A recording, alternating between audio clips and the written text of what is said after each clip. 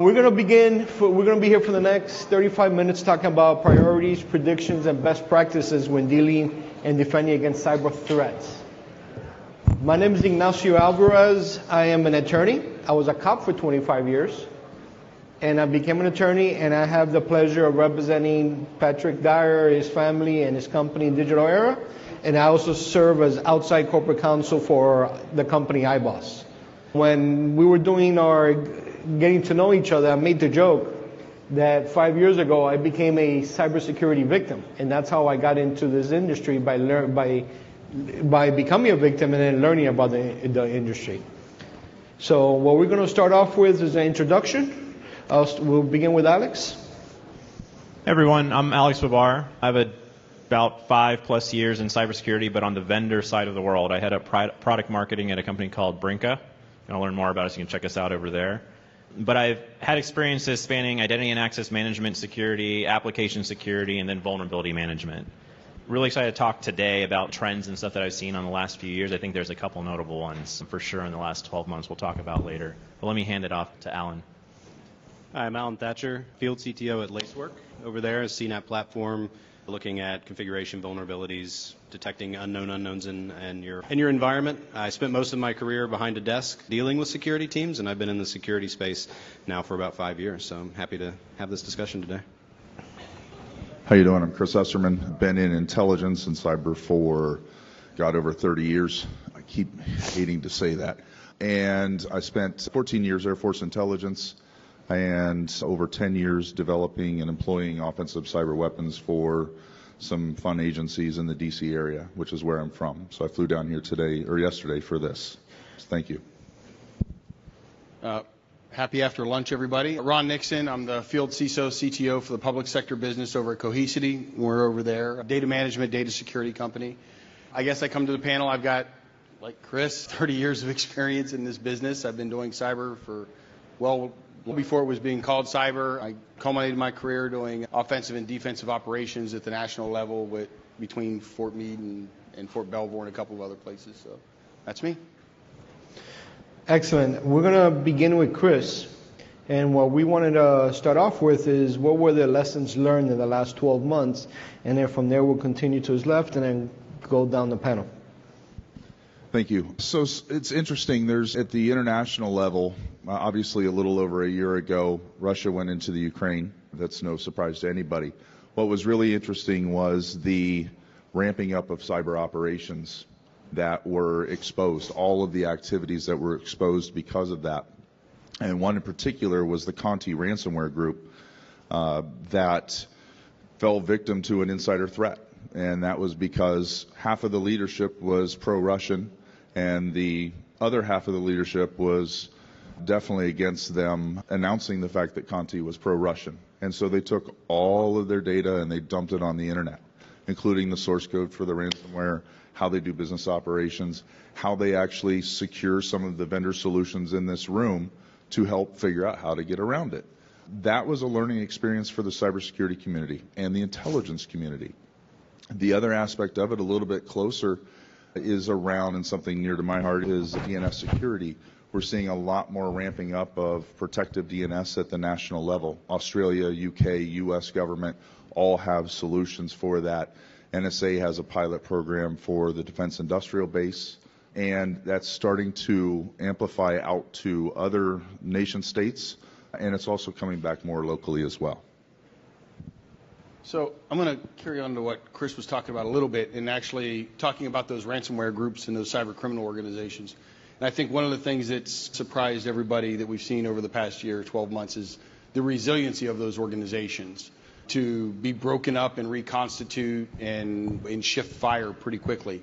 The Hive group, which was a break-off of, or rumored to be a break-off of the Conti ransomware group, right? The FBI took them down. Everybody saw this drop in ransomware for a couple of months, and then about the 60 to 90 day mark, they reconstituted themselves, set up new infrastructure, and they were moving on. So that resiliency piece is surprising because that's an organizational resiliency piece. It's not technology, it's nothing else. It's the same group wanting to come back and work together again. And then the other piece, I think, is, so coming from where I work at Cohesity, but seeing as you're dealing with ransomware and you're dealing with all of these other type of cyber extortion events, is individual resiliency and how recovery begins to actually become a true part of what you need to be able to do. It's one thing to be able to identify the cyber attack and deal with the ransomware and do the incident handling and response piece, but actually exercising and having the technology to do rapid recovery at the speed of business is also one of those things that we've seen a lot of. Yeah, so can I just say that the last 12 months have been a really interesting time to be alive? I'm not going to talk about ChatGPT. I'm going to talk about two things that, in my mind, are really one related concept, right? We're talking about cybersecurity, so inevitably we have to talk about tech. And there's a lot of tech layoffs happening right now. Cybersecurity is pretty resilient in that space, but even cybersecurity rock star vendors, like the Oktas of the world, are laying folks off. Budgets are getting more scrutinized, and so table that for a second. Also, about a year ago, the Uber CISO was criminally prosecuted for a breach. So you put these two things together, and what I've seen drastically change in the market space in the last 12 months is you've got less resources and then now some kind of personal potential exposure. And everyone's in a tough spot right now of, I know the risks are out there. I know they're out there, but do I want to know about them? Maybe not, because I don't want to be indicted, right? I want to solve the problem. But at the same time, it's not just, the layoffs don't just impact, I'm not just talking about like on the security side of the world, I'm talking about the remediation owners themselves, right? So if the development team is smaller, the IT team is smaller, yet you have more risks coming into the business, even if the security team stays or grows, there becomes a bottleneck on your cross-functional stakeholders. So my prediction based on the last 12 months is over the next couple years, prioritization and soft skills in the security practitioner world are going to become just so much more important than they ever were before, because we've got to convince folks that don't understand the tech, they don't necessarily understand the security concept, how it applies to the business, to motivate those folks to act. And Ron? Yeah, just to build off that a little bit, I think I can't add more to what's happened over the last 12 months, but I think the response to that has to be everybody within an organization being part of the security team. So we look at the security space and the GRC space and all these specific responsibilities around security, and those soft skills are going to come into place because you have to convince everybody that at some level security is a problem for everybody, right? And people who are normally, I just want to put some code out there and I want to do something great for the business that's going to make money, also have to start thinking about, am I implementing any sort of risk in this code that I have? And so being able to give them both the autonomy and the tools that they need to be able to talk about those security problems at the most base level is going to be absolutely mandatory, because there's just no filling the amount of security spaces that we have, right? There's just not enough people in the world that are focused on security to do it, and so you have to be able to have those cross-functional teams talk together. And so for me, over the last 12 months or 2 years, it's really been, we have to get to that point where everybody's talking about security, and it's not just something that a security team comes in the last minute and says, oh wait, we have to stop this whole process. It's got to be something that's built from the ground up. Okay, for the next question, going to Alex, you mentioned less resources, less staff, less budgets. What should people be worried about, most concerned about when you deal with cybersecurity threats? So yeah, I think this one's a tough one. I think the expected answer, and if you would have asked me 6 months ago, it would have been, hey, where's the next kind of attack vector? Where am I exposed? There's a lot of noise being made in the software supply chain security space. Maybe it's your APIs that are unprotected.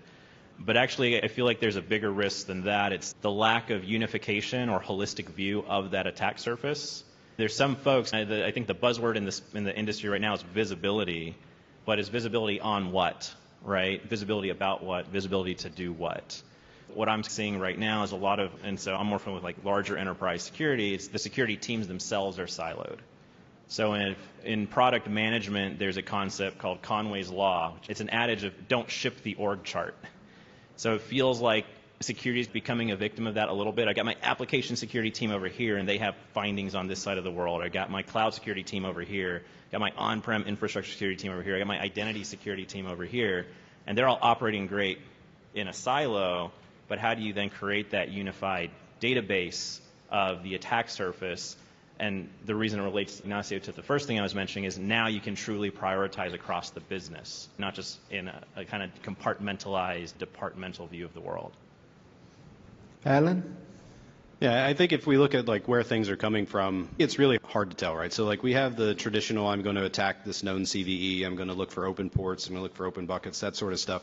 There's so many ways to mitigate those now that you can do that very clearly and very easily. And so what that seems to be doing is creating like a more sophisticated level of attackers, right? Because now you have to have people who are going to look at the things that they know that you're looking for and find a way around those things, right? You really have to have that holistic view of everything that's going on within your environment and say, I know maybe I have my configuration figured out and I've got my vulnerabilities figured out, but how do I take all of that stuff and create a priority list out of it? So how do I know out of the 10,000 things that I know are bad in my environment because I just stood up a tool that gave me a big list, which are the most important? How do I decide what are the things that I'm going to go after?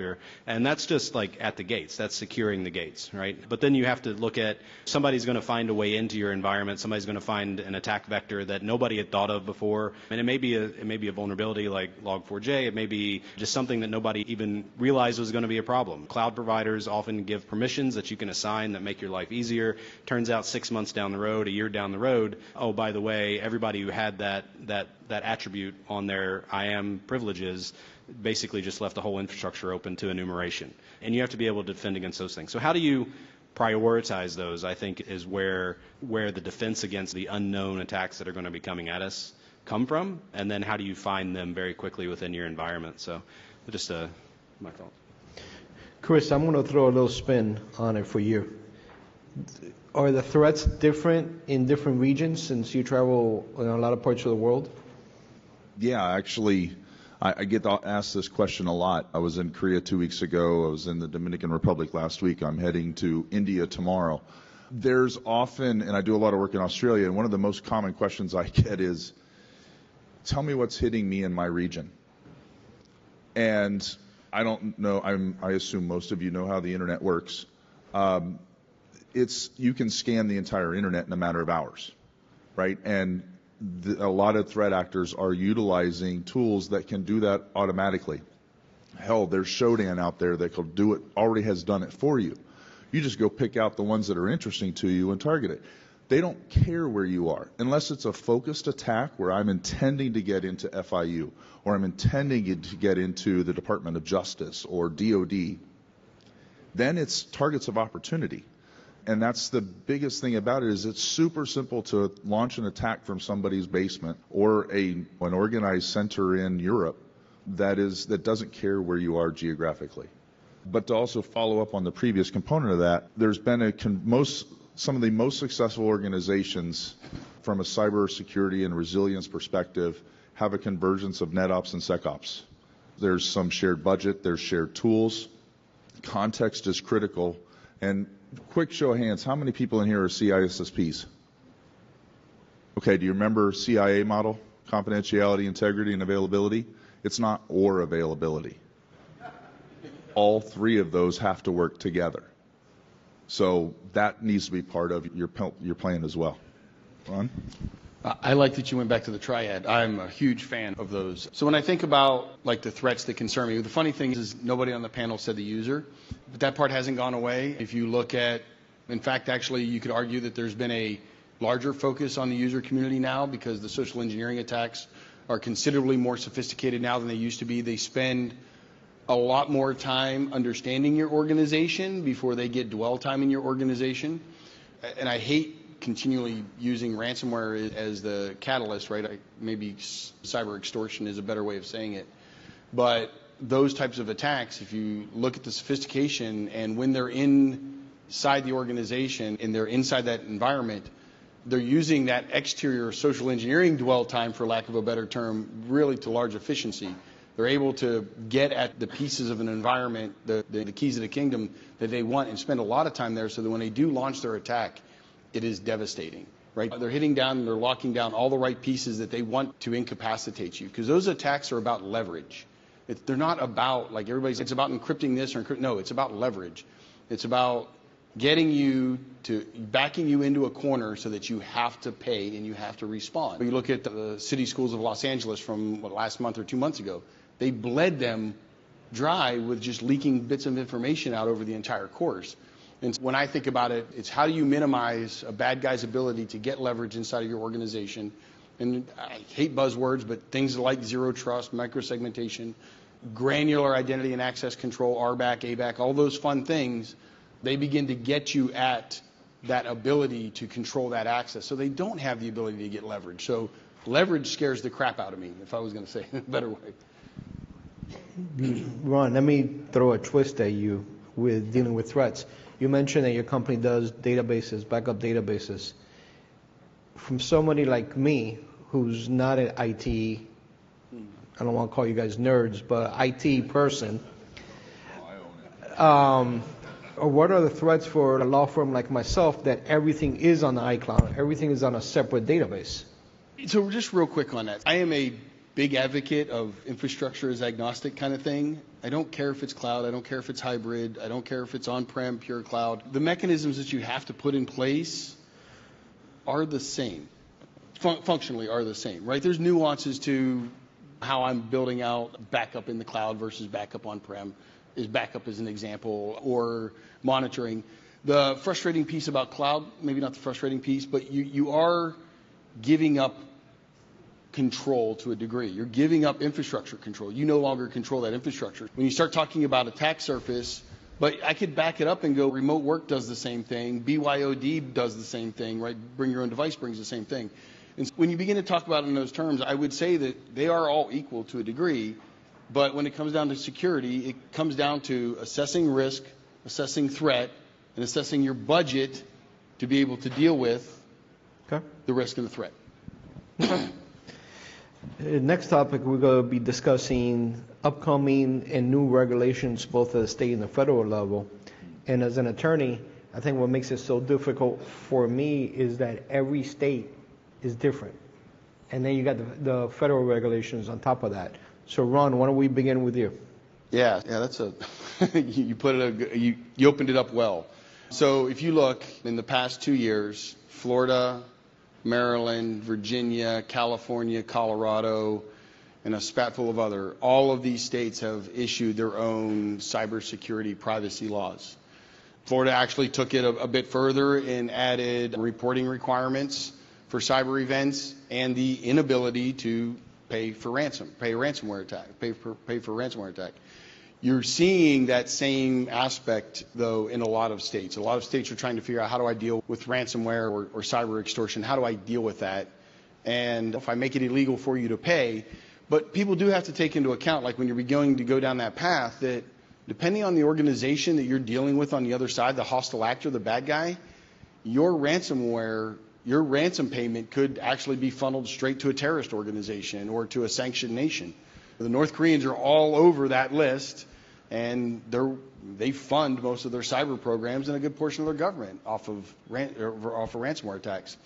But you're also seeing more granular guidance come out of organizations like, or regulation structures and compliance structures like HIPAA, like the SEC, like FINRA, PCI. NIST, yeah. And I was going to come to NIST because if you look at all of those, as you're paying attention to those, if you pay attention to NIST and you pay attention to ISO, if you pay attention to those two organizations, you'll be able to figure out what's coming down the pipe, because that's where they originate and that's where they start.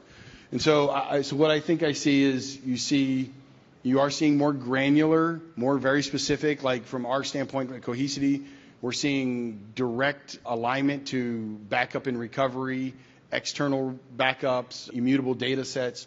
You're seeing that type of information being called out in regulation before that used to say you need to secure your data. And then at the legislative level, I'm going to challenge everybody here to maybe be a little bit more involved on that side of life, because your career politicians are career politicians. None of them are cyber operators. None of them are in that space or in that business, and so they tend to generate legislation that some lobbyist is putting in front of them. I've consulted for a few of them. So you're dealing with legislators and politicians who don't maybe necessarily understand what they're dealing with. And if you are in a position to be able to look at that or see some of that stuff or influence that stuff, take advantage of where you're at. Chris, how about regional? I do a lot on Capitol Hill with legislative liaisons and such, and half of them don't know how to spell cyber, and it has a Y in it. From an audience participation point again, how many people in here are in a regulated industry? Few? Good. Okay. You hate it, don't you? I do a lot, again, with federal government, and one of the things that comes out of that is zero trust. And then that is expanding out to regulated industries, and it's expanding out to our friendly nation states. And I get asked by CISOs at major departments, what the hell is zero trust? What does that mean to you? And I'm like, I know what the complements are, but it has to apply to your organization. Here's a framework. Take the framework and apply it to your organization. But the methodologies are really no different than physical security. Cybersecurity has been analogized to physical security. Think about how we secured our homes 30 years ago versus how we do it now. All of these things. And one of the biggest things that I see, and I've worked with CISA on, is there's a gap in zero trust. And that is that, one, zero trust is focused on data. Data is paramount. That's what you're protecting. Now, when everything goes around the aspect of protecting that and downwards, from the perimeter down to the endpoint, having EDR, having all of these things, but there is a short path to the internet. And zero trust is always thought about defense in depth and going from the outside, the edge, all the way down to the data. But there isn't much with respect to protecting that information once it's in motion going out. And that's a huge problem. And I would also contend that one of the best things that you can do is, as you talk with every vendor in this room, and I'm also in this room, make sure you understand feature versus function. Because there are components that some do better than others. And don't overreach and think that you're covered by any of these mandates or anything else because of a feature that you checkbox, I'm protected. You're not. Trust me. As a former hacker, you are not. Thank you. Alan, I'm going to change the question because of time constraints. Chris talked about zero trust, and what is zero trust? And that leads us to the next question, which is, when we look at the existing cyber tools, at what I'm being offered at, or what I represent Digital Era on as a redistributor, what are the biggest gaps and challenges that you are seeing with the current cyber tools out there in order to protect a company, protect us against cybersecurity issues? Yeah, I think the biggest gap that I see as I go around is, not to say visibility, but is really just a full visibility across everything that's happening. And we have, like I was talking about before, we can look at configurations, you can look at vulnerabilities, but where we're really missing the point is what's actually going on within the environments that you're running in the cloud. I can secure and make sure none of my S3 buckets are accessible. I can make sure that I don't have permissive network policies. I can make sure that I don't have any vulnerabilities. But all of those things become, to put it this way, worthless once somebody finds a different way in. And so you have to be able to decide what's actually going on in my environment, and then is that normal? And that's where there's a lot of missed opportunity to say, we can collect all the data about everything that your users do, that your applications do, that your SaaS products do. We can model all of that and decide what's normal, and then from that behavior find anomalies based on that. And I think that's the future of where everything's going, right? Being able to look at the actual data that's coming in and decide what should be happening in your environment, and then tell us when something new happened. And you want to know about those things by nature. I think that's one of them. I think the other kind of gap that I'm mostly seeing is just more of a people thing. I'm really big on culture of being able to have everybody involved in the security process. And when you have a bunch of different tools that different silos pick out, it keeps you from doing that. So I think you have to have both the sort of people and process laid down, but you also have to have the visibility of everything that's going on within your environment to be able to say, I know what should be happening, and find what's actually happening, and is that new, and is that new thing that I just saw kind of a threat. And I think that's where you have to be, because we don't know necessarily where the next problem is coming from. We don't know where the next attack vector is coming from, but by nature it must be different than our normal processes. So those are the top things that I've seen as gaps. Alex? Yeah, some jargony hype words are there for a reason, so to me still visibility is something I lean on. But to be a little bit more specific, it feels like the state of the art as far as the tooling that's available right now to scan and detect all sorts of risks and vulnerabilities across all sorts of different technologies, it is far and beyond ahead of where I think from my vantage point, see the average enterprise, right? So if we just talk about application security, forget your cloud, forget your on-prem infrastructure, forget everything else, It seems like most enterprises are still trying to get SaaS, DAST, and SCA up and running. On top of that, you got secret scanners, you got API scanning, you got CI/CD scanning, just so much stuff that you can do now, some of which may or may not be relevant to you. But on the visibility side, what I'm finding to be like a big opportunity for those enterprises is they're trying to increase the visibility of the attack surface and then cross-reference that with the different tools they have in place. So when you get larger, a lot of these companies actually have multiple different vendors that they're using for SaaS scans across the different business lines. So when I'm saying visibility, I'm very specifically talking about like the tooling visibility in my kind of tool chain.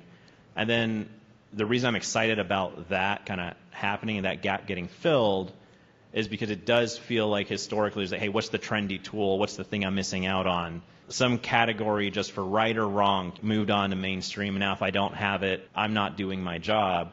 To now, I think if you can get that visibility, then you can answer questions like, why don't you have tool X?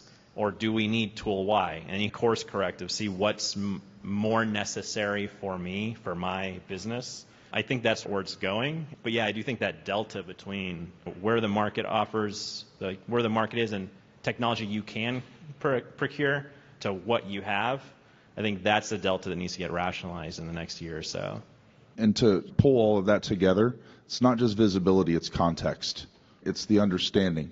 It's the network intelligence and understanding what's all on your network. You may have sensor systems, pulling all that together so you have an understanding of what the hell is on my network.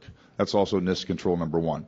Having that accountability for that there, tying it with the threat intelligence, because you have a SOC operator who you're paying some amount of money to, a tier 1, tier 2 analyst who's managing risk for your organization because they're deciding what to do with the alerts that you're getting. So there, you need to have context of the resource at risk and then understand the threat to that and allow them to make an appropriate decision. Context is key. Ron, you want to finish this? You have something to add? I just want to piggyback just one more on the context. I just want to emphasize it, like in the macro headwinds we are, like there's the security context, the technology context, there's also the business context. We saw it a lot with Log4j, right? It became I love the term now, celebrity vulnerability. That's the thing. So you have folks that don't really know what Log4j is or what it means. And then so things like, hey, at the end of the day, if I've got a bandwidth to resolve one thing and I have two things, one's a production asset on a flagship product and the other's in a sandbox not connected to the internet. Which one do I go after? So I think there's a business context there as well. Yeah, it's actually cyber business intelligence. Think about it. We have business intelligence for so many other decisions, but we don't have one for cyber. Putting that together helps. Yeah, no, and you're spot on. And as we were going down and listening to everybody, I think if I were to add all that up, it comes down to tool usability, right? So no cyber operator wants another tool. None of us do. Any of us who've ever worked in a SOC, we don't want another tool. Or a single function. Or a single function. We're very happy with another sensor to feed in. And I think one of the issues, and even being on the vendor side, I think a lot of vendors tend to think that every organization's got like 500 data scientists that work for them to filter through all the data and information. And that's not the case. I think the last study said that there might be like a good bona fide 120,000 globally, right? So not everybody gets a data scientist. And so usability comes down into that. I almost wish that tools came with anybody who owns a Corvette here, right? I don't know which years they ran, but I know they have a valet mode so the damn car won't go over 25 miles an hour. You can set it so that if your teenager's driving it, you can cap the speed and you can go all out and put it on a racetrack. I wish that tools would think about that level of usability, because if I'm dealing with a SOC full of a bunch of brand new college graduates, they don't have the same level of sophistication and ability to even consume what they're doing. And sometimes that overload of information is much more dangerous because they don't know what to go after. They don't know how to filter. They don't know how to prioritize it. And AI will get to help us with some of that. It won't solve that problem because you have to be able to tell the AI what you're looking for, and it has to be able to, garbage in is garbage out when it comes to AI. And so you have to take all of those things into account. So I think usability would be the one I'd categorize in there. Okay, we got a couple minutes for questions from the groups. Anybody have a question? Right there. Okay, yes, sir. So what I'm hearing is you have a lot of tools that provide a lot of information. We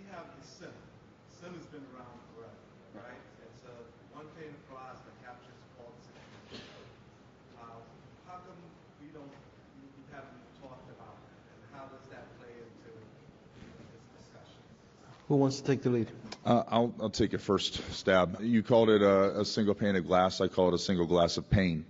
And the question was around SIMs, right? We didn't talk about SIMs.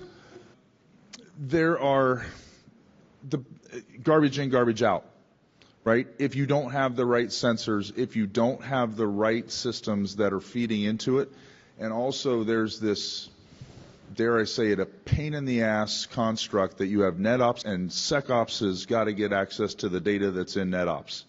And they don't need it because NetOps is managing the network. BS, right? It's one team, one group, one fight. And he and I are both military. He was Army, I was Air Force, so you know what I think. But externally from that, if you know anybody, we razz each other, but we defend as a unit, right? And that's the same thing that we have to do organizationally. SIMs are really good at the things that they were programmed to do, but it is a single glass of pain. You have to have the right data, a little bit of what we all said. A SIM is a way to measure and assess that information, but you have to have the right information going into it. And so in curating that data and that information becomes key. I've consulted with a few organizations, some Fortune 10 and then large organizations in the DoD, and I have watched people do a search, a query inside of a Class A IP address space and send their team home because they're not going to get what they need out of it till the next day. Or they have so much stuff coming into the environment, they're filtering, and they're actually only using 5 or maybe 10% of the actual threat data and intelligence and alerting data that's coming into the environment because they can't deal with all of it, right? And so SIM is without a doubt, is a key part of any SOC, but there's a whole lot of tweaking that has to be done underneath there in order for it to be an efficient tool. And I would follow up on that. One of the things so I worked with the Secret Service on the Target breach years ago. They had an alert in their SIM day after day after day. Why did it not flag? No context. There was nothing that raised that alert above all of the others that said, this one is going to really hurt your ass and everybody else at the table. And I feel very passionately about this because there are organizations who do cybersecurity to comply, and there are organizations who do cybersecurity to operate. Alan, we got less than a minute. You want to take us home? Yeah, I was just going to say, when you have a SIM and you have all of that data, you have to know what you're looking for. There's out-of-the-box findings that you can get. The problem is you're looking by definition for the things that you're writing for, I know this could be a bad thing within my environment. What you really need is something that's going to contextualize, and I appreciate you coming up with that word because my mind wouldn't come up with it when I was talking. Contextualize that information, find the things that might be bad, and then you send that to the SIM and then use all of the data that you have within that SIM to bring even more context into the problem that you're trying to solve. But the SIM was not designed to be that sort of threat finder in the world that we live in today, but it absolutely should be a source of data, if you have one, to be able to bring more information that is not included in maybe the sensor that found the problem into context for your SOC team. Great aggregator, Great aggregator. Right? We're trying to stretch this SIM to do too much. It's not ChatGPT. All right, guys. Patrick, thank you. FIU, thank you for giving us the opportunity. And that's it for us. Thank you.